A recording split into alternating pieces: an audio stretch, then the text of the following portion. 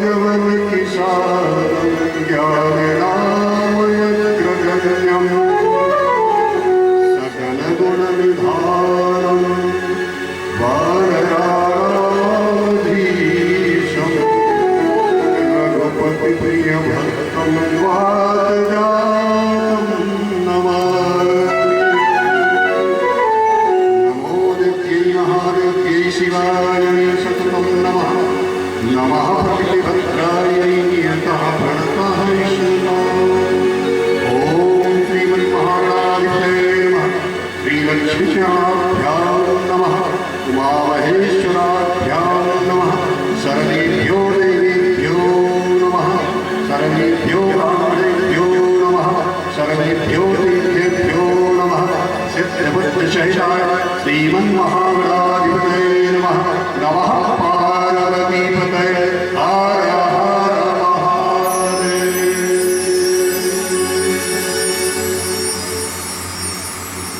अखिल ब्रह्मांड नायक परमपिता परमात्मा अपारण करुणा वरदालय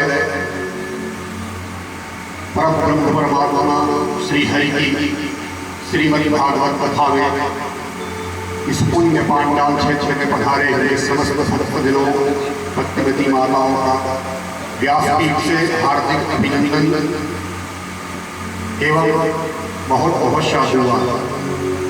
कल आपको बताया था कि हरि अनंत हरि कथा अनंता, यह ऐसा सागर है कि हम कई जन्म लें,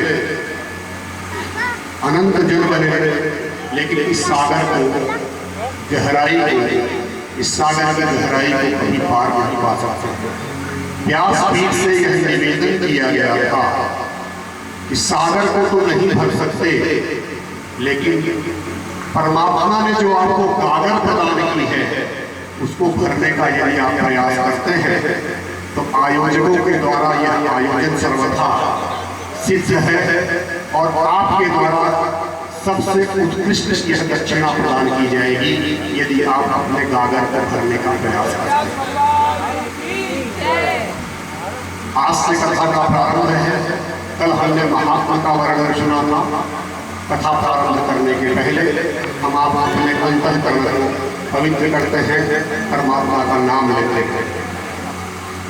श्री राम जय राम, जय जय राम। श्री राम जय राम, जय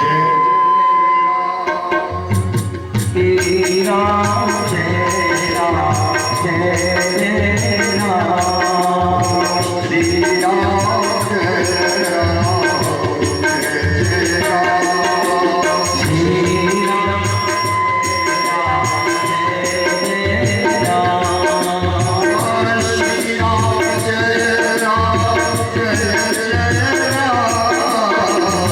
श्री राम जय राम, जय जय राम।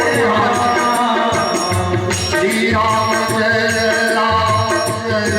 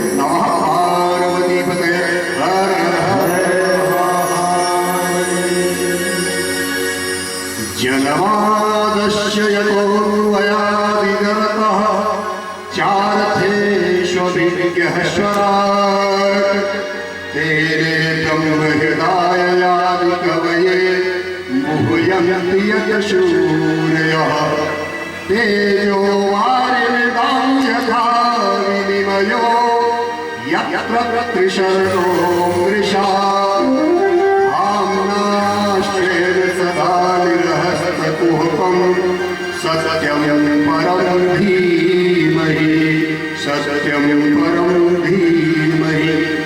श्रीमद्भागवत का प्रारंभ यहीं से होता है। कहाँ से होता है? सत्यम परम धीमहि। धीमहि शब्द सुन करके आपको गायत्री मंत्र की याद आएगी, धीमहि धियो यो नः प्रचोदयात्। और यहाँ भी प्रारंभ हो रहा है सत्यम परम धीमहि। हम परम सत्य परमात्मा का ध्यान करते हैं। रामं परम धीमहि, कृष्णं परम धीमहि, शिवं परम धीमहि, मातां परम धीमहि, ऐसा नहीं कहा गया। क्या कहा गया? सत्यम परम धीमहि। तो कौन सा सत्य, कैसा सत्य जिसका हम लोग ध्यान कर रहे हैं? नाम किसी का नहीं है। तो कहा गया है कि जो परम सत्य निर्विशेष है वही अनेक प्रकार से प्रकट होता है, उसी द्वितीय सत्य को हम प्रणाम कर रहे हैं। कल आपको बताया था कि श्रीमद् भागवत महापुराण भगवान श्री कृष्ण की वांगमयी प्रतिमूर्ति है। जब भगवान श्री कृष्ण का जन्म होता है, जन्म होने वाला होता है, तो देवता लोग आकर के जेल खाने में स्तुति करते हैं उनकी। किस नाम से स्तुति करते हैं पता है? कि सत्यव्रतम सत्य परम त्रिसत्यम सत्यस्य योनिं निहितं च सत्ये सत्यस्य सत्यं च सत्यनेत्रम् सत्यात्मकं त्वां शरणं प्रपन्नाः। भगवान श्री कृष्ण को ही सत्य सत्य सत्य कहा गया। तो श्री कृष्ण का क्या अर्थ हुआ? सत्य सच्चिदानंद स्वरूपम श्री कृष्णं परमं परमेश्वरं धीमहि ध्यायेम। उस परम सत्य का हम ध्यान करते हैं। कैसा है परम सत्य? जन्माद्यस्य यतः, ये ब्रह्म सूत्र का द्वितीय श्लोक है। ब्रह्म सूत्र का पहला श्लोक है अथातो ब्रह्म जिज्ञासा। भागवत की शुरुआत कहां से हो रही है? ब्रह्म सूत्र। सूत्र क्या होता है? मंत्र वह होता है जो विस्तृत हो, और सूत्र वो होता है उसी विस्तार को आप सार कर दीजिए। एक सूत्र से बहुत सारे ताले खुलते हैं, उसको बोला जाता है सूत्र। और जिसकी व्याख्या का प्राकट्य होता है उसको बोलते हैं मंत्र। ये ब्रह्म सूत्र का ये श्लोक है। मतलब कम शब्दों से हम अधिक से अधिक अर्थ समझ सकते हैं। शब्द क्या है? जन्माद्यस्य यतः, मतलब जिससे यह जगत की उत्पत्ति होती है। जो अखिल ब्रह्मांड अखिल जगत हमें सृष्टि दिख रही है, उसका जो हेतु है वही परम सत्य है। और कैसा है? अर्थेष्ट विज्ञः स्वराट। अभिज्ञ का अर्थ होता है चैतन्य स्वरूप, और स्वराट का अर्थ होता है कि स्वयं के कारण से चैतन्य स्वरूप, किसी कारण से वह चैतन्य नहीं है, वह अपने कारण से ही चैतन्य स्वरूप है। अन्वयात का अर्थ है कि जो संपूर्ण जगत में जिसकी सत्ता व्याप्त है, लेकिन वह जगत से भिन्न गुणों वाला है। और तेरे ब्रह्म हृदय आदि कविये मुह्यन्ति यत् सूर्यः, यहाँ आदि कवि का तात्पर्य है ब्रह्म, जिसने संकल्प मात्र से ब्रह्मा जी के हृदय में वेदों का प्राकट्य कर दिया, वह परम सत्य है। और इतना ज्यादा वह सत्य है कि उसकी सत्ता से यह जगत जो असत्य है वह भी सत्य सा प्रतीत हो रहा है। परमात्मा ऐसा सत्य है, उसके सत्य के वजह से असत्य जगत सत्य सा प्रतीत हो रहा है। कैसा? तेजो वारिमृदां यथा विनिमयो यत्र सर्वो विशाल। जैसे रेगिस्तान में गर्मी के समय में आभास होता है कि यहाँ पे जल है, लेकिन जल होता नहीं है। हमें आपको आभास हो रहा है कि जगत है, लेकिन जगत है नहीं। उसके सत्य की वजह से हमें जगत सत्य प्रतीत हो रहा है। तो परमात्मा की सत्ता के कारण ही यह सत्य दिख रहा है। हम उस परमात्मा का ध्यान करते हैं जिसको मुह्यन्ति यत् सूर्यः, जिसकी जिसके विषय में बड़े बड़े कवि लोग भी मोहित हो जाते हैं। धामना स्वयं सदा निरहस्त हुक्म, जो अपने स्वरूप में ऐसा स्थित है कि वहाँ माया का आभास भी नहीं है, जो माया से पूर्णतः मुक्त है, उस परमात्मा का हम ध्यान करते हैं। ये था पहला श्लोक श्रीमद् भागवत का। अब द्वितीय श्लोक में बताया गया ये भागवत क्या है, किसके लिए है, इसमें हमें क्या मिलेगा। कल हम लोगों ने महत्व सुना था, आज भागवत में प्रवेश किए हैं तो क्या मिलेगा। कहा गया कि धर्मः प्रोचित कैतवो अत्र परमो निर्मत्सराणाम शतम्। ये ऐसा श्लोक है कि यहाँ 3 बार यज्ञ आया हुआ है। यज्ञ का मतलब होता है यहाँ, यहाँ माने यहाँ। क्या कहा गया कि अत्र श्रीमद् भागवते प्रोचित कैतवः परमो धर्मो निरूपते। इस भागवत में हमें क्या मिलेगा, तो निष्कपट परम धर्म का निरूपण किया गया है। निष्कपट, बिना भेदभाव के रहित निष्कपट परम धर्म का निरूपण कहा किया गया है श्रीमद् भागवत में। इसको अन्यत्र नहीं है, अतएव निरूपते नान्यत्र, अन्य जगह हमें नहीं मिलेगा। परम धर्म का निरूपण कहाँ मिलेगा, श्रीमद् भागवत में। अब आप ये समझिएगा इसका पात्र कौन है, कैसे सकता है, किसके लिए है श्रीमद् भागवत, किसके लिए है। तो कहा गया है कि निर्मत्सराणाम शताम, निर्गताः मत्सराः एभ्यः ते निर्मत्सराः। जिसके हृदय से मन मस्तिष्क से मत्सर गायब हो गया है उसको बोलते हैं निर्मत्सराणाम, वो सुनने का पात्र है। अब आप बोलोगे ये सब हम सुने ही नहीं थे कि मत्सर गायब हो गया। ये मत्सर क्या होता है, मत्सर जिसके हृदय में नहीं है वह पात्र है श्रीमद् भागवत का श्रवण करने का। अगर हम आप लोग यहाँ श्रवण कर रहे हैं, वाचन कर रहे हैं, तो मत्सर हमारे आप के अंदर नहीं होना चाहिए, और यदि है तो उसको भगा दीजिए मत्सर को, तब हम पात्र हो जाएंगे परम धर्म को ग्रहण करने के लिए। अब आप समझिए मत्सर क्या है। आप बोलेंगे मत्सर नहीं जानते, लेकिन मच्छर जानते हैं। मत्सर से मिलता जुलता एक शब्द है मच्छर, वो पता है, बिल्कुल सही समझ रहे हैं। मत्सर भी मच्छर जैसा ही होता है, थोड़ा सा अंतर है। मच्छर बाहर से काटता है और मत्सर अंदर से काटता है। मच्छर से बचने का उपाय है, बाहर आप मच्छरदानी लगा सकते हैं, लेकिन मत्सर से बचने का उपाय नहीं है। मत्सर कहाँ से आता है, क्या किसी की बड़ाई नहीं सहन करना, किसी के धन को देख करके अंतःकरण में ईर्ष्या का भाव आना, किसी की प्रगति को देख करके हमारे अंदर स्वयं विचलित होना। अरे भैया कोई प्रगति कर रहा है, नौकरी कर रहा है, धन कमा रहा है, प्लाट खरीद रहा है, मकान खरीद रहा है, आपकी क्या समस्या है। लेकिन हमको अगर कष्ट होने लगे उसी को कहते हैं मत्सर। तो श्रीमद् भागवत का अधिकारी कौन है, निर्मत्सराणाम, जिसके अंदर मत्सर नहीं है। कंचन तजना सहज है, सहज प्रिया का नेह, अम्मान बड़ाई ईर्ष्या दुर्लभ तजनाए। धन हम छोड़ सकते हैं, प्रिया का नेह भी छोड़ सकते हैं, लेकिन मान बड़ाई और ईर्ष्या से की मान और बड़ाई को देख करके ईर्ष्या को तजना ये बहुत दुर्लभ होता है। तो निर्मत्सराणाम, सामान्य लोगों के नहीं, ऐसे लोग जिनके हृदय से मत्सर आदि के भाव निकल रहे हैं, अर्थात वो शुद्ध अंतःकरण वाले हैं, उसके लिए नहीं। श्रीमद् भागवत वेद्यम वास्तव मंत्र वस्तु शिवदम, क्या फायदा होगा हमें, तो फायदा ये होगा कि यह शिवदम है। शिवदम का अर्थ होता है कल्याणप्रद, कल्याणकारी है। त्रापत्रयोन्मूलन ने कल बताया था कि दैहिक दैविक भौतिक तीनों तापों को ये समूलतः नष्ट कर देता है। तो यहाँ पे एक शब्द आया वास्तव वस्तु का ज्ञान होना। वास्तव क्या है, तो वास्तवस्त जीवा, वास्तविष्ट माया, वास्तवस्त जगत। हमें 3 चीज अलग अलग दिख रही है, जीव, जगत, माया, लेकिन ये तीनों एक ही है, अद्वैत त्रैत नहीं है। सारे अद्वैत है, द्वैत द्वैत नहीं है। किसने लिखा इसको? तो श्रीमद् भागवते महामुनि कृते, महामुनि ने लिखा है। तो महामुनि का अर्थ सामान्य अर्थ है कि वेद व्यास जी ने लिखा, लेकिन वेद व्यास जी महामुनि नहीं है। महामुनि कौन है?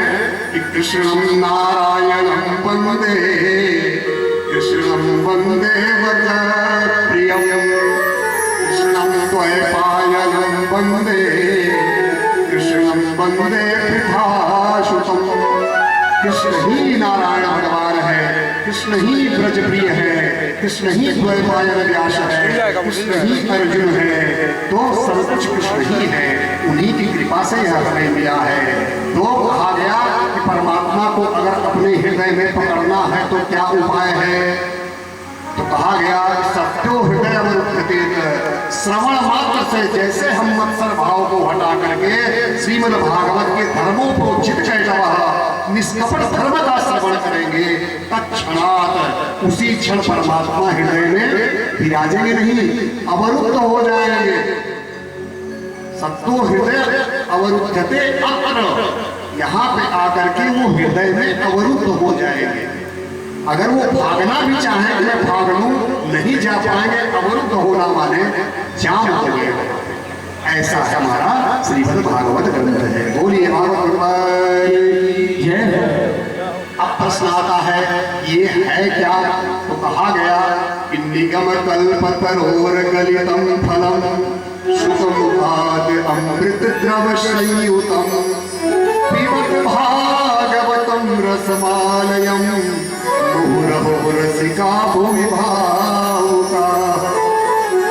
पिबत भागवतम रसमालयम, आपके बैनर में भी कहीं लिखा, मैंने देखा है ये शब्द, पिबत भागवतम रसमालयम। निगम का अर्थ होता है वेद। नितरा गमयत बोधयत सह निगमो वेदः। निगम माने वेद। तो वेद रूपी वृक्ष का पका हुआ फल है श्रीमद् भागवत। फल जो होते हैं, जैसे आम का फल हम आप खा रहे हैं, तो उस फल में आया कहां से स्वाद, रस कहां से आया? तो उसी पेड़ से ही रस जाता है। इसका मतलब नहीं कि पेड़ को हम दांत से चबाएंगे तो वही रस आएगा। रस वस्तुतः हमें जो आनंदप्रद होगा वो फल से ही मिलेगा। तो वेद रूपी वृक्ष का ये पका हुआ फल है, पका हुआ फल है। प्रमाण क्या है कि पका हुआ है? तो कहा गया सुख मुपाद अमृत द्रव संयुतम। जिस फल में तोता अपना चोंच लगा दे तो वो प्रमाण पत्र हो जाता है कि यह फल पका हुआ है। पके हुए फल का सबसे बड़ा प्रमाण है कि तोते ने अगर उसने अपना चोंच मार दिया है तो वो फल पूर्णतः पका है, उसमें कोई संदेह नहीं। तो ये हमारा जो श्रीमद् भागवत का पका हुआ फल है, तो सुख मुपाद अमृत द्रव संयुतम। श्री सुखदेव रूपी तोते ने उसमें चोंच लगाया है कि उस सुखदेव जी ने इसको सुनाया है। तो जब सुखदेव जी ने इसमें मुंह लगा दिया तो पकने में कोई संदेह नहीं है। आगे कहा गया पिबत भागवतम रसमालयम। इसको पीना है। और बोले कि फल तो खाया जाता है, आप बोल रहे हो पीना है, तो ये कैसा फल है?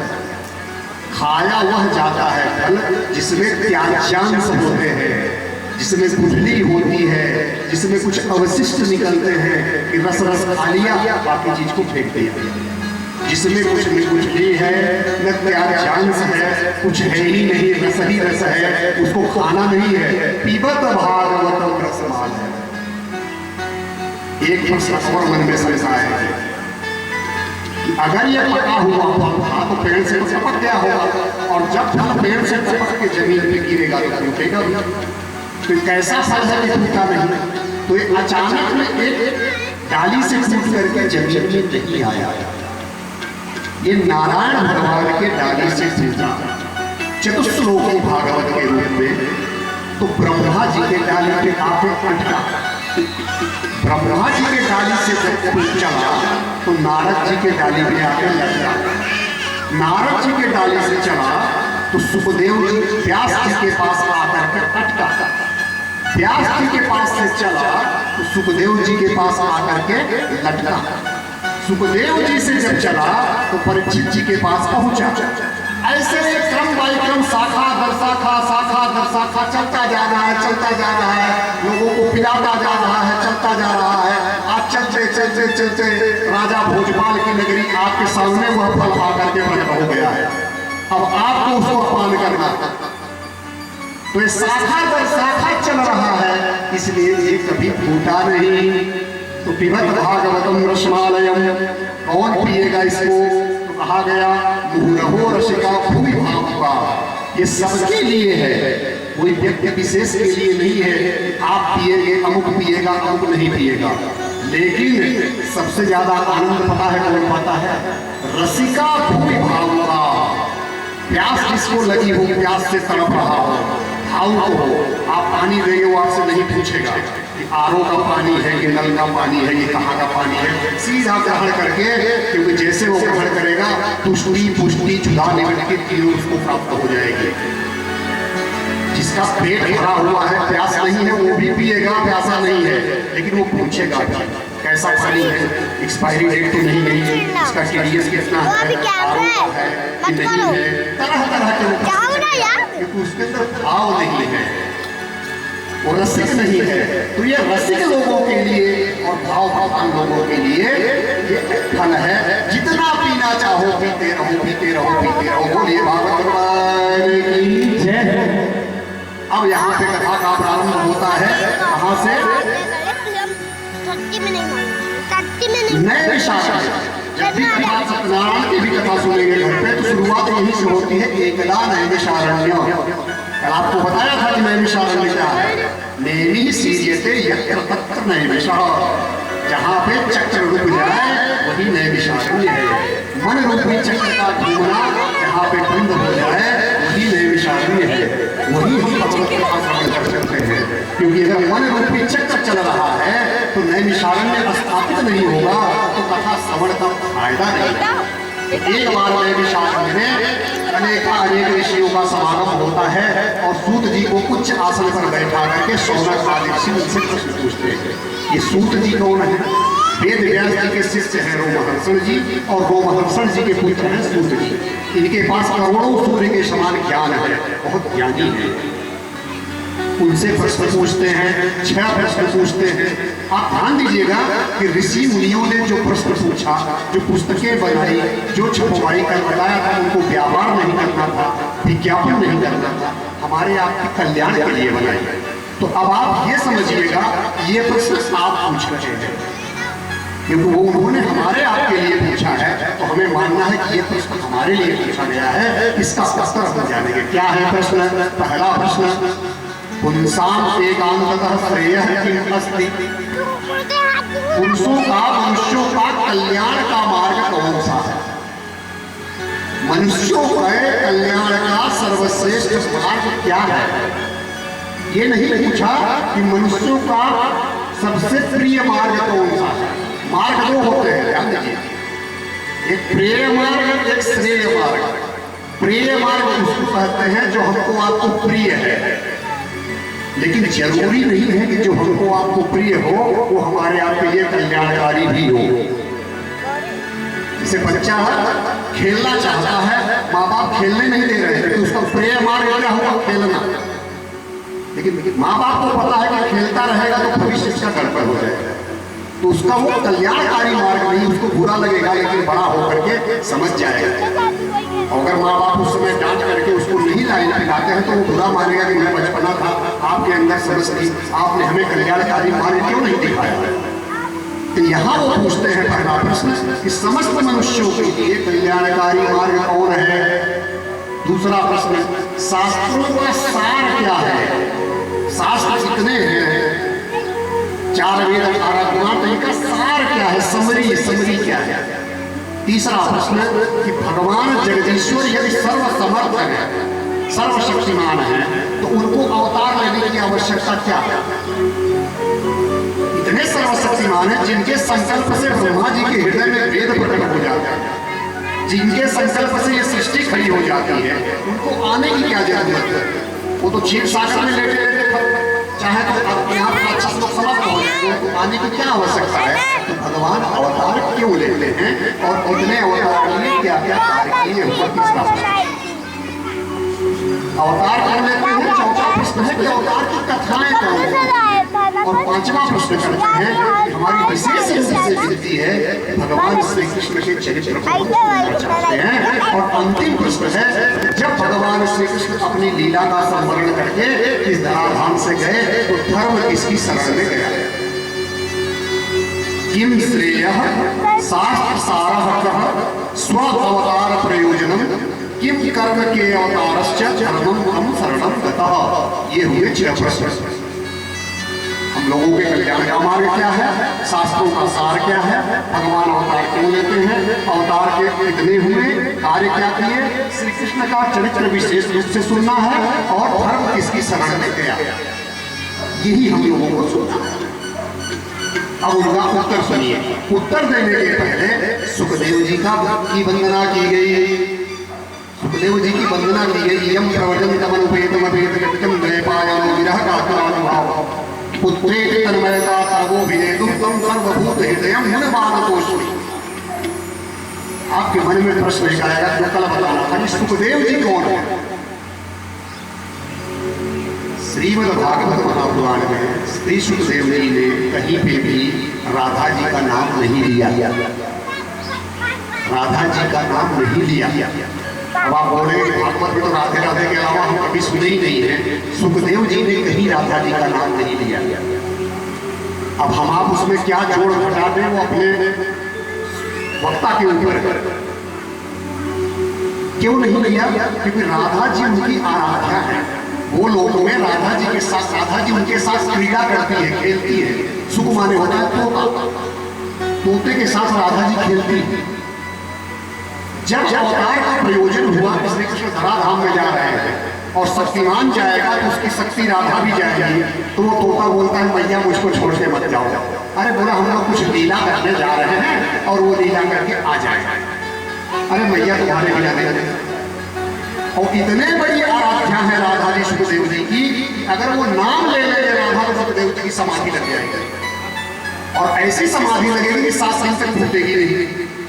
परीक्षित जी के पास 7 दिन का समय था, 8वें दिन उनको तक्षक नाग डसेगा।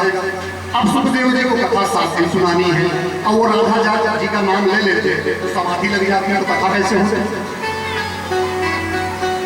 तो राधा जी से अनुनय भी नहीं किया गोलोक से कि मुझको मत ले जाओ मैया, हमको भी ले चलो, हम तुम्हारे बिना नहीं रह सकते। तो बोले तुम क्या करोगे? तो बोले आप क्या करेंगे? बोले हम लीला करेंगे, भगवान जी लीला करेंगे, हम उनकी शक्ति के रूप में लीला करेंगे।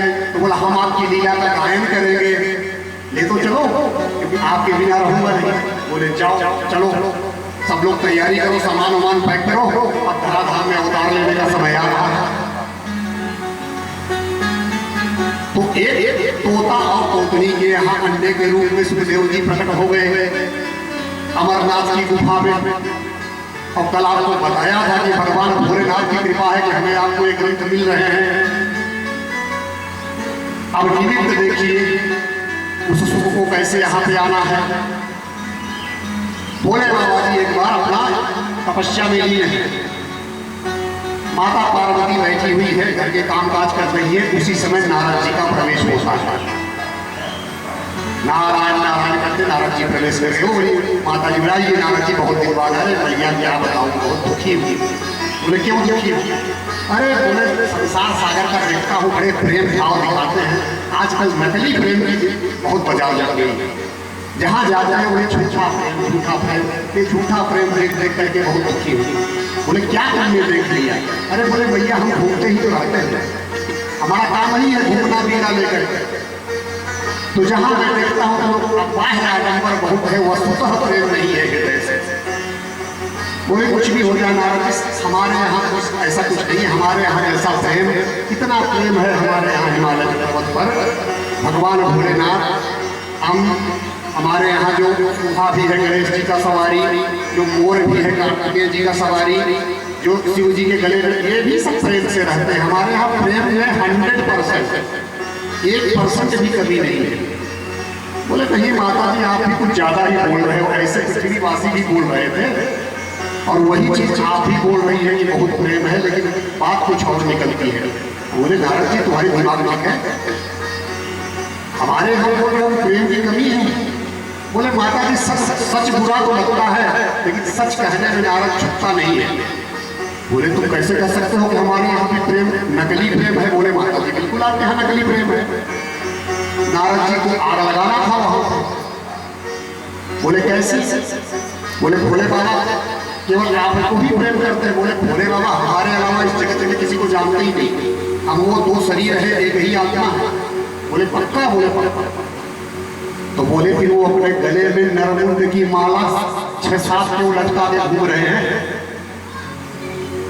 भाई जिसको अगर हम यह वस्त्र पहने हैं, आप वस्त्र पहने हैं, तो वस्त्र से प्रेम है तब तो पहने हैं। तो अगर उन्होंने नरमुंड की माला लटकाई है तो उन नरमुंड माला से उसको प्रेम है, और आप कह रहे हो कि 100% आपकी तरफ प्रेम है। तो अगर नरमुंड माला 7 मालाओं का 1-1 भी % प्रेम गया तो 93 आपको बचा 100 कहाँ होगा? इतना कहकर नारद जी बीड़ा उड़ा उठाए भाग लिए। तब तक भोले बाबा की आप नारद जी देर हो रही है, भाग गए।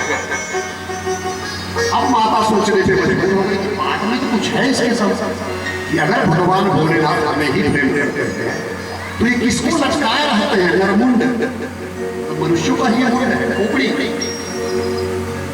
वो सोचने से मजबूर हो गई। अब वो भवन में जा करके पूरा श्रृंगार उतार करके आलोल भरा करके लेट गई। भोले बाबा जी तपस्या से उठे, हाँ देवी कहाँ हो? तो उधर मुंह घुमा रही है। महिलाओं का क्रोध महिलाएं ही जाने, बहुत प्रयास कर रहे हैं देवी क्या हो गया? बोले ही नहीं, एक बात करिए। अब उनको समझ में नहीं आ रहा है हो क्या रहा है। बोले वो नाराज आया था, हमको शंका अभी हो गई थी, कुछ न कुछ वो गड़बड़ करके गया हुआ। अरे बोले उन्होंने आंख खोल दिया, उनके जैसा इंसान कोई नहीं है। गड़बड़ क्या की? उसने तो आज हमारी जो है हम अंधकार में जी रहे थे, उन्होंने आज हमें ज्ञान दे दिया। बोले क्या ज्ञान दे दिया तुमको? बोला आप मुझसे नकली प्रेम करते हो। बोले यही नाम बताने आया था। बोले अरे बताया था हमको, उनकी पूछा करेंगे, हम झूठ में जीवन जी रहे थे। बोले ऐसे देवी कैसे कर सकते हो? इस जगत में हम तुम एक ही है, अर्धनारीश्वर रूप से हम रहते हैं, तो वैसे कैसे कह सकते हैं? बोले इतना ज्यादा प्रेमी का ढोंग मत करिए। बोले क्यों? बोले ये जो लटकाए हुए ये कौन है? अगर आप हमसे प्रेम करते हैं तो ये जो लटकाए हुए हैं ये कौन है? बोले ओ ये बात है। बोले यही तो प्रेम का प्रमाण पत्र है देवी, प्रेम का प्रमाण पत्र तो यही है। बोले क्या प्रमाण पत्र है? बोले तुम जितनी बार नर रूप में अवतार देवी के रूप में ली हो और अपनी काया को छोड़ दी हो, तो तुमको मैं भूल न पाऊं तो तुम्हारे शरीर के मुंड को मैंने लटका लिया। 7 बार अभी तक तुम जन्मी हो मरी हो तो मैंने लटका लिया।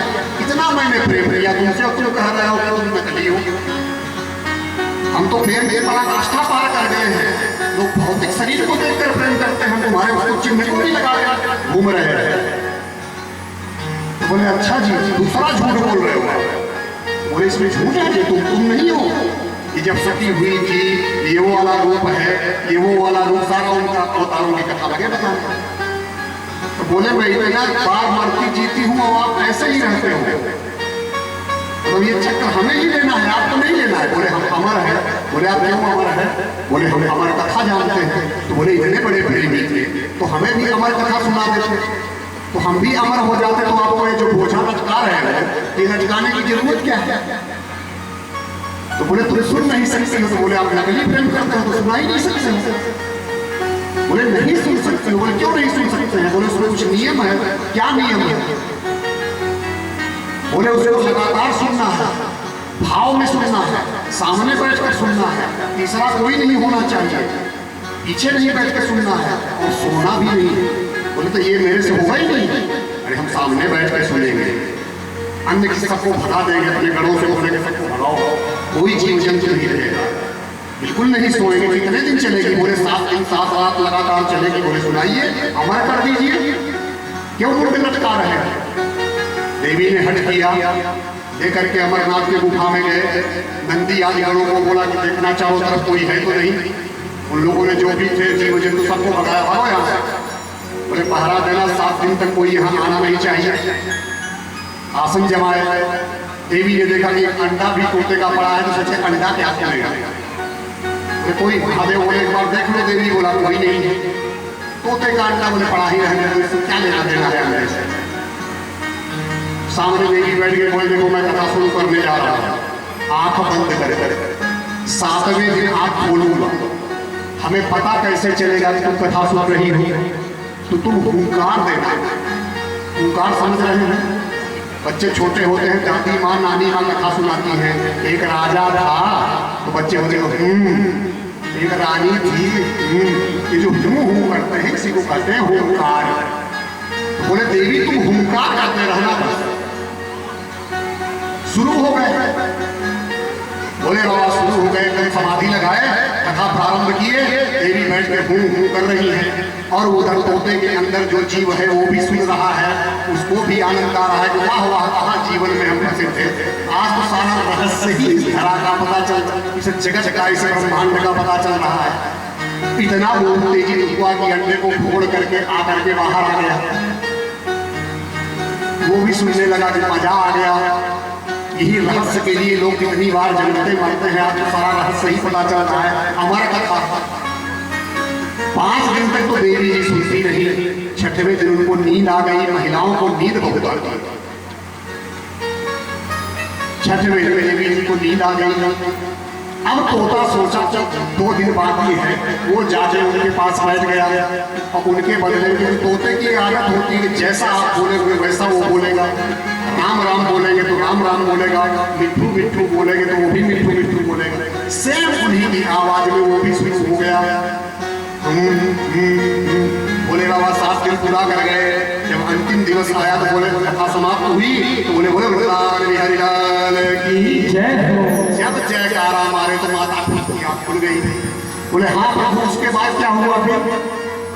तो बोले हम तो सारी कथा समाप्त कर दिए, तुम बोल रहे हो कि उसके बाद क्या हुआ? बोले सो गए। माता ने स्वीकार कर लिया कि सो गए थे। तो बोले हुंकार कौन भर रहा था? देखे तो हरा हरा तोता बढ़िया सा बैठा हुआ। अरे बोले बाबा बोले ये कहाँ से आया? बोले अंडा पीछे, तो पीछे था, एक गलती हुई, दूसरा तुम जो है सो गई, और जो पीछे से सुनता है वो जीने का अधिकारी नहीं है। बोले बाबा त्रिशूल लेके उसको दौड़ा दिया कि अब इसका वध कर दूंगा, क्योंकि ये चोरी कर लिया हमारी कथा की चोरी करेंगे। आप त्रिशूल लेके दौड़ा रहे हैं, तोता पूरा अपना ताकत लगा के उड़ रहा है। करते करते वो उत्तराखंड हरिद्वार के नीचे जहाँ वेद व्यास जी का आश्रम था, तो वेद व्यास जी का माता जो है उनकी पत्नी बैठी थी, रजोधर्म से निवृत्त होकर के बाल सुखा रही थी, और उसी समय उनके कोई औलाद नहीं थे। उनको उसी समय जमहाई आई। उस पोते ने क्या किया, इस स्थूल शरीर को छोड़ा और सूक्ष्म शरीर लेकर के माता के मुख के अंदर से जाके उनके गर्भ में चला गया। अब भोले बाबा वहां आके रुक गए, कहाँ गया? वेद व्यास जी ने देखा कि साक्षात शिव भगवान, जाके दंडवत प्रणाम किए। प्रभु अहो भाग्य आप हमारे आश्रम में पधारे, लेकिन आप इन्हें ऐसे ऐसे क्यों देख रहे हैं? अरे बोले व्यास जी एक चोर आया हुआ है यहाँ पे, उसी को ढूंढ रहा हूँ। बोले चोर? आपके न घर है न कोई सामान है, जो आप श्रृंगार भी करते हो, ये लटका रहे हो, इनकी चोरी करने की किसी की हिम्मत नहीं है। ये आपके सांप को कोई चुराएगा, आपके बिच्छू को कोई चुराएगा, तो आपके घर में क्या था कि चोरी हुई? अरे बोले अमर कथा चुरा के भागा है। बोले अमर कथा चुरा के क्या होती है अमर कथा? बोले व्यास जी इसको जो सुन लेता है वो अमर हो जाता है, और वही चुरा के भागा है, उसको मारूं, उसको जीवित रहने का अधिकार नहीं है, मृत्यु दंड दूंगा मैं। बोले बाबा जी आज आप ज्यादा ही भांग चढ़ा लिए हो गया, आज लग रहा है कुटी का डबल डोज आप लेके आए हैं, कैसी हल्की बैठी बातें करते हैं। बोले क्या हुआ? बोले एक तरफ आप बोल रहे हैं कथा उसने सुन लिया तो क्या हो गया? अमर, और दूसरी तरफ बोल रहे हैं कि मारेंगे तो जो अमर हो गया उसको आप कैसे मारोगे?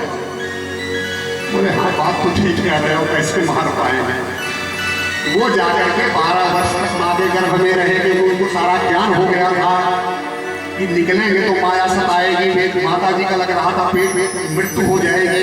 वेद व्यास जी ने बोला बेटा निकलो। उनकी पत्नी बोल रही है अंदर भजन कीर्तन चल रहा है। वो बोले नहीं निकलूंगा। बोले क्यों नहीं निकलोगे? बोले विष्णु की माया पकड़ लेगी और हमको सब ज्ञान हो गया है। तो वेद व्यास जी ने भगवान विष्णु की तपस्या की, उनसे वरदान मांगा कि इसको समझाओ कि आपकी माया इसको परेशान नहीं करेगी, नहीं मेरी पत्नी मर जाएगी, निकल के नहीं रहा। तब विष्णु भगवान आकर के बोले मेरी माया तुमको नहीं परेशान करेगी, प्रकट हो। पैदा हुए और पैदा होकर ही कुछ करके चलती। बोले सूर्य भगवान की जय हो। और जब उठ करके चलती है पीछे पीछे पिताजी दौड़ रहे हैं। कुछ महिलाएं तालाब में अर्धनग्न अवस्था में स्नान कर रही हैं। 14 साल के 12 साल हो गए। ये गए तो महिलाओं ने कोई वस्त्र ठीक नहीं किया। अब बूढ़े पिताजी के पीछे गए तो महिलाएं वस्त्र ठीक करने लगी। तो उन्होंने बोला कि मेरा बेटा 12 साल का जा रहा है, तुमको शर्म नहीं लगी और हमको देख करके तुम लोग शर्मा रहे हो।